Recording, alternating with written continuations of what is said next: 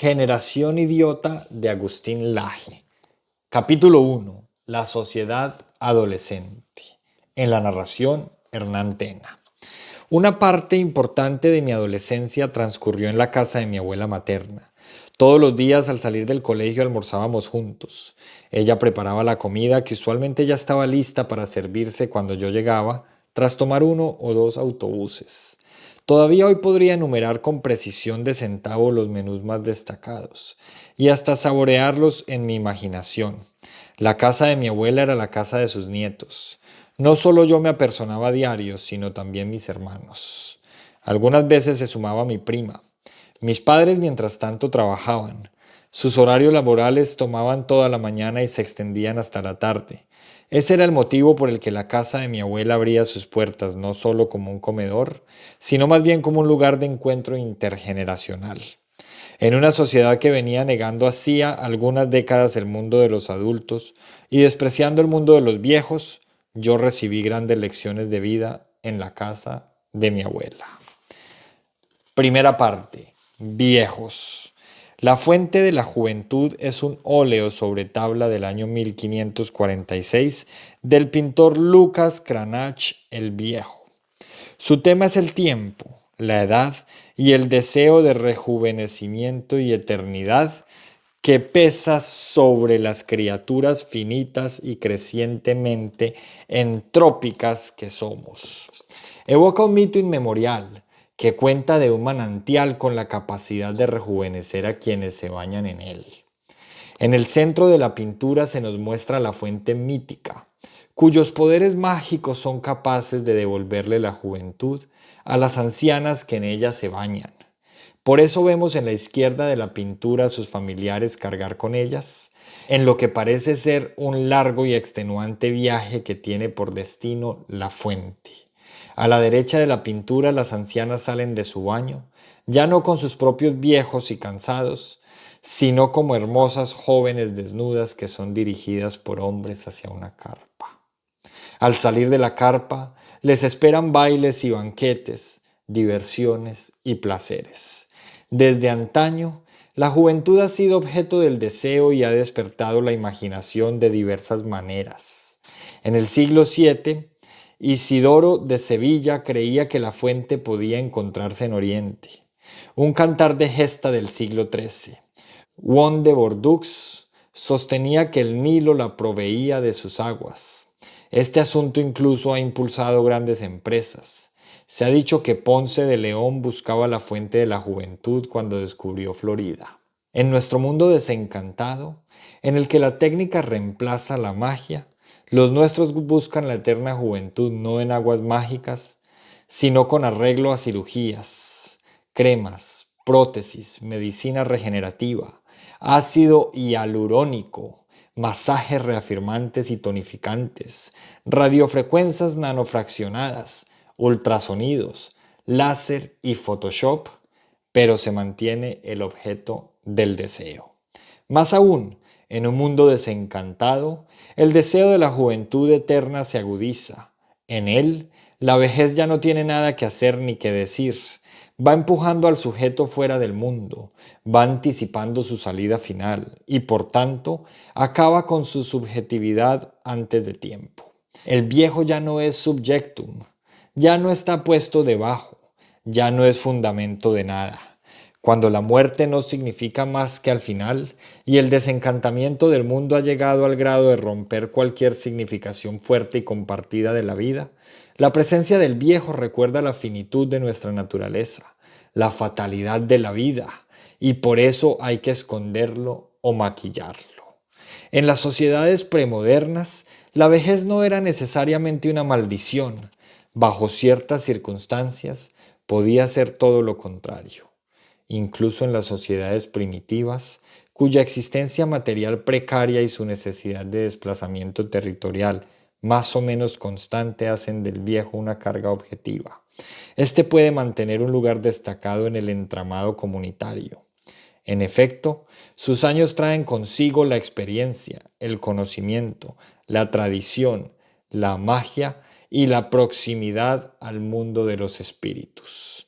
El viejo de las sociedades primitivas puede gozar de un papel social destacado bajo la condición de que la cultura se haya desarrollado lo suficiente como para revestirse de un cierto sistema religioso y como para precisar de una tradición que necesite transmitirse. El desarrollo de la propiedad también suele ser una condición importante. De ella, acumulada con el correr de los años que desembocan en la vejez, es posible extraer prestigio. Los antropólogos han ofrecido muchos ejemplos al respecto. Malinowski encontró que las tribus de las islas Trobriand concedían la autoridad a los más viejos y que eran ellos los que encabezaban distintas ceremonias y rituales de gran relevancia y llamaban al orden tras las fiestas. Con una situación similar se dio Margaret Mead en su estudio sobre las tribus de Nueva Guinea, donde los ancianos bien posicionados gozaban de altas cuotas de poder y donde la educación doméstica que brindan las abuelas resultaba inestimable para sus nietas. Lo mismo se repite en innumerables casos. Los Fangs, originarios del interior del área continental de Guinea Ecuatorial, ponían a sus viejos a conducir la política mientras los jóvenes se encargaban de la guerra. También los arandas desarrollaron una gerontocracia, al igual que los tifs y los kikuyus, y los masáis y los nandis de África Oriental. Similarmente, entre los lugbaras de Uganda, los jefes de cada linaje eran usualmente los de mayor edad.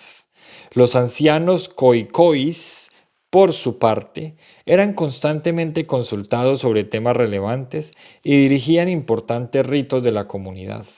Entre los ojibwas del norte, los viejos transmitían a los jóvenes sus conocimientos sobre hierbas medicinales, ejercían el sacerdocio y ordenaban la logística laboral. Algo similar se daba entre los navajos, cuyos viejos cantores tenían el poder de traer la lluvia y la buena salud y compartían poco a poco sus secretos con los jóvenes.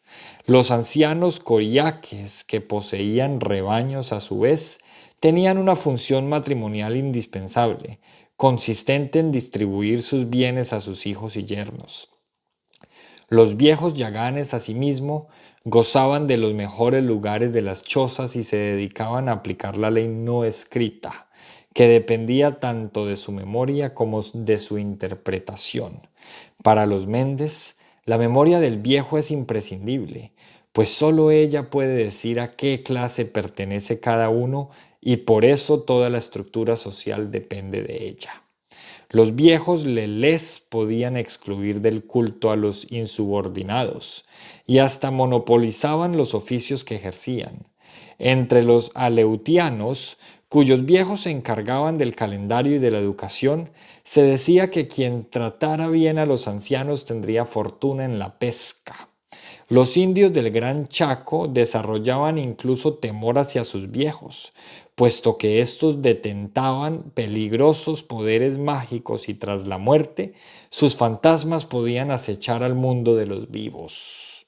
Cosa similar se creía entre los jíbaros, cuyos viejos poseían el conocimiento sobre los animales y las plantas, los narcóticos y el mismísimo futuro, pero si se los atacaba, podían reencarnarse en peligrosos animales que buscarían venganza.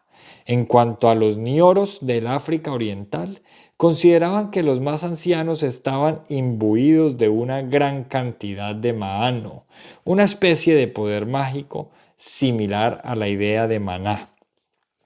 Más allá de los primitivos, la antigüedad también concede en muchos casos un lugar importante a los ancianos. Incluso una sociedad guerrera como la espartana coloca a sus viejos en el poder. El culto a la fuerza y la destreza, la lucha y la conquista no impide que esto sea así. La vejez es con todo fuente de valor. Que los infantes defectuosos deban ser aniquilados por inútiles según los cánones de una polis guerrera, pero que los ancianos tengan una institución propia de gobierno se explica sobre todo por el lugar de la tradición, cuya transmisión depende fundamentalmente de los segundos. Esa institución era la Jerusía, compuesta por 28 gerontes que no podían ser menores de 60 años y convivía con una doble monarquía. Los 28 ancianos eran elegidos por un sistema de aclamación popular, por lo que da cuenta del carácter público de los viejos espartanos en general.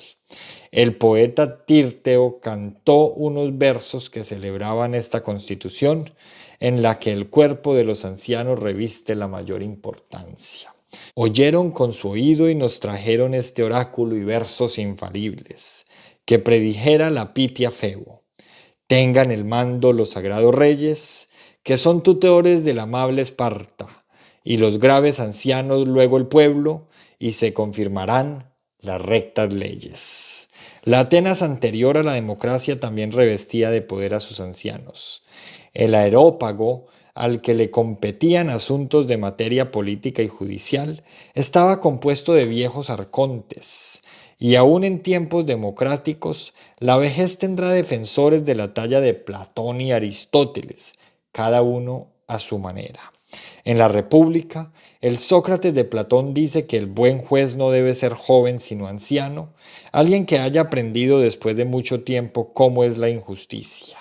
Aquí el conocimiento no se confunde con la experiencia. Conocer lo injusto no equivale a haberlo practicado, sino estudiado. El buen juez es anciano porque ha tenido el tiempo suficiente, que al joven le falta, para aprender a distinguir lo justo de lo injusto. Más aún, la República delinea una gerontocracia. Los más ancianos deben gobernar y los más jóvenes ser gobernados, y de entre los primeros los mejores. Los jóvenes oficiarían de guardias y serán auxiliares de la autoridad de los gobernantes, pues la fuerza física les corresponde. Este esquema es deudor del lugar que tiene el conocimiento en la política de Platón. Su polis ideal está gobernada por un filósofo rey, pero para pensar hay que demorarse. Es una actividad que toma tiempo. En una célebre alegoría, Platón describe un grupo de hombres que están encerrados y encadenados en una caverna en la que hay una enorme fogata. La luz del fuego proyecta sombras en las paredes, que corresponden a objetos que se encuentran fuera de la caverna. Los hombres de la caverna piensan que las sombras son la realidad, pero están engañados.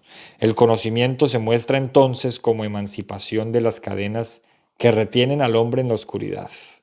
Quien logra salir de la caverna queda encandilado con la luz que hace patente la verdad de las cosas. De esta forma, Platón quiere gobernantes que hayan visto la luz, que hayan cultivado el conocimiento, que en una palabra sean filósofos. Pero salir de la caverna toma tiempo. Los jóvenes deben ser sacados de la ignorancia de a poco, aunque no todos lograrán hacerlo. Recién después de los 50 años, se sabrá quiénes son aptos para gobernar. Y una vez llegados a los 50 de edad, hay que conducir hasta el final a los que hayan salido airosos de las pruebas y se hayan acreditado como los mejores en todo sentido, tanto en los hechos como en las disciplinas científicas, y se les debe forzar a elevar el ojo del alma para mirar hacia lo que proporciona luz a todas las cosas. Y tras ver el bien en sí, sirviéndose de este como paradigma, organizar durante el resto de sus vidas, cada uno a su turno, el Estado, los particulares y a sí mismos, pasando la mayor parte del tiempo con la filosofía, pero cuando el turno llega a cada uno, afrontando el peso de los asuntos políticos y gobernando por el estado del bien o por el bien del Estado.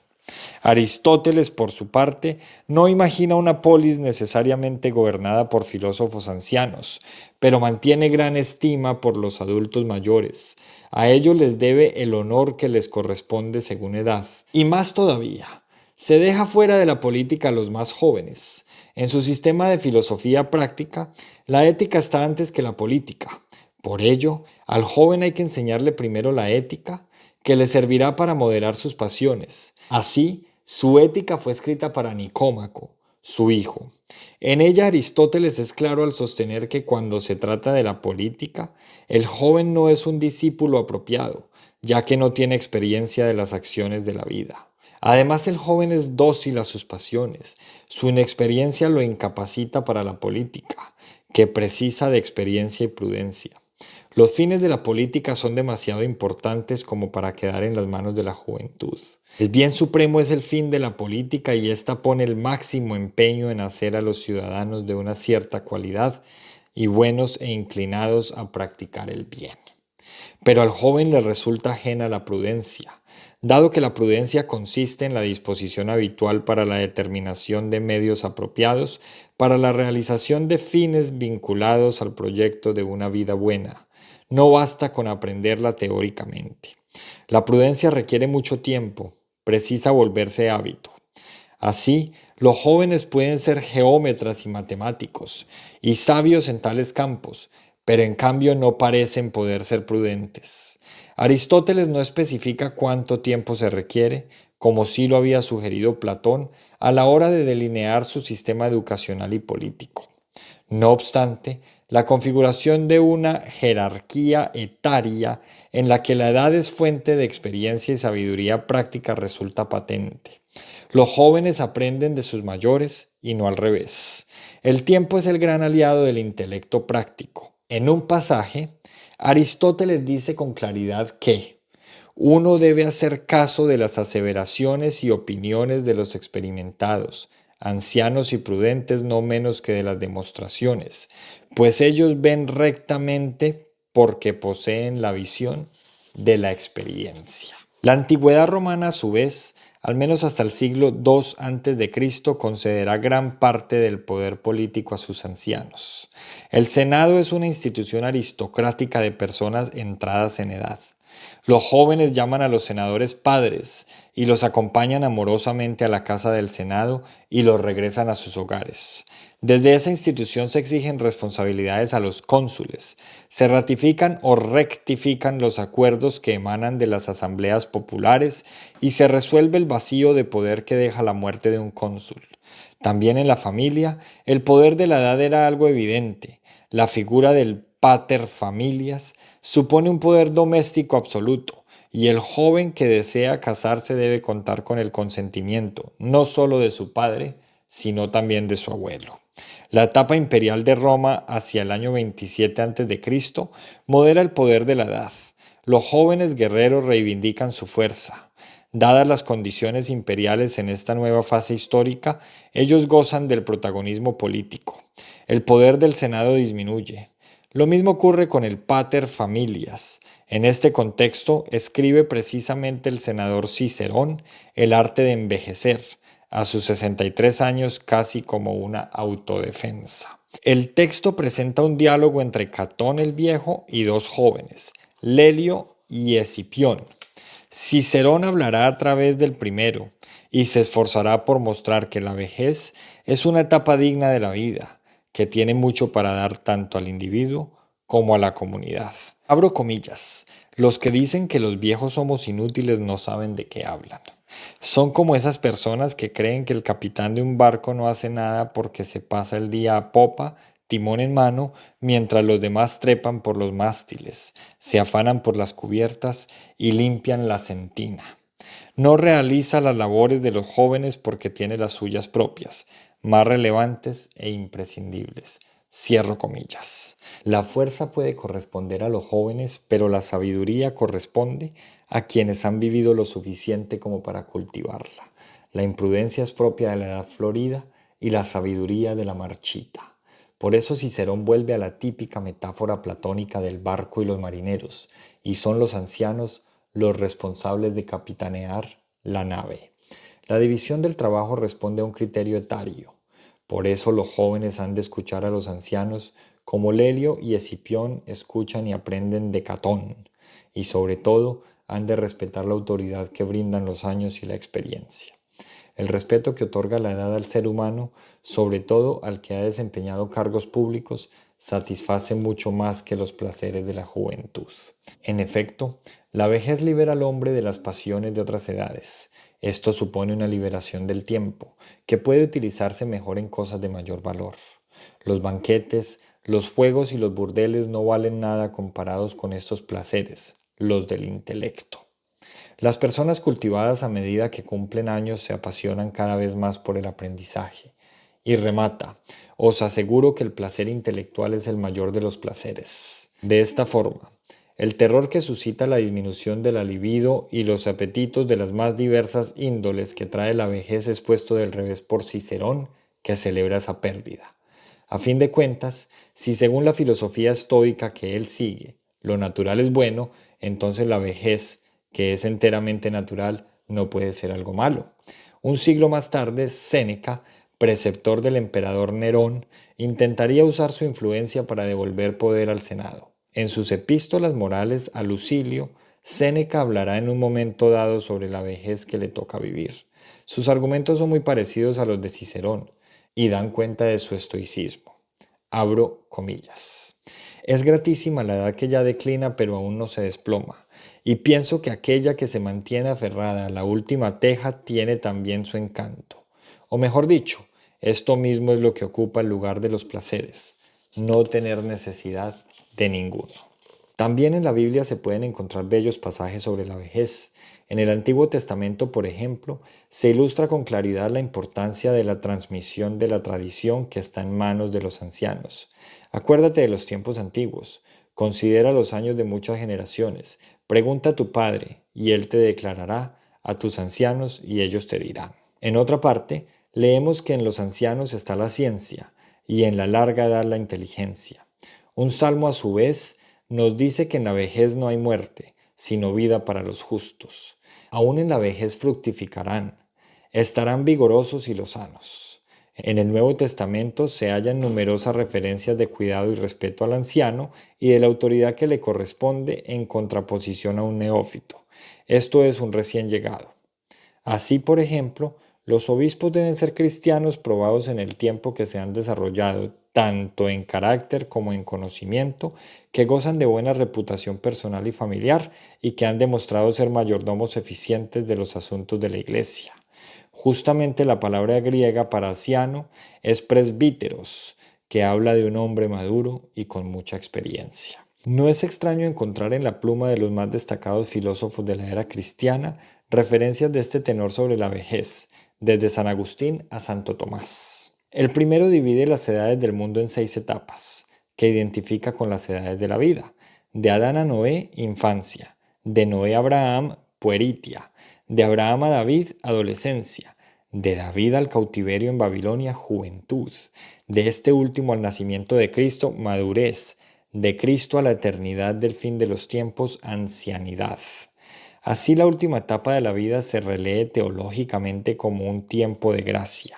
En sus confesiones, San Agustín anota, abro comillas, cosas que tienen su aurora y su ocaso, que al nacer tienden al ser, crecen para perfeccionarse y cuando son perfectas, envejecen y mueren. Cierro comillas. Por su parte, Tomás recomendará el estudio de la metafísica para una edad bastante avanzada. Ella se orienta al conocimiento de Dios y las verdades divinas y por tanto es un punto de llegada. Su nivel de abstracción es inapropiado para quienes no tienen la madurez suficiente. Según la clasificación de las edades, para sumergirse en la metafísica el hombre debe tener por lo menos 50 años, lo que en la Edad Media lo hacía uno anciano. Gobernadores, magos, sacerdotes, filósofos, bajo ciertas circunstancias políticas y culturales, las sociedades premodernas muy a menudo han concedido al anciano lugares de importancia.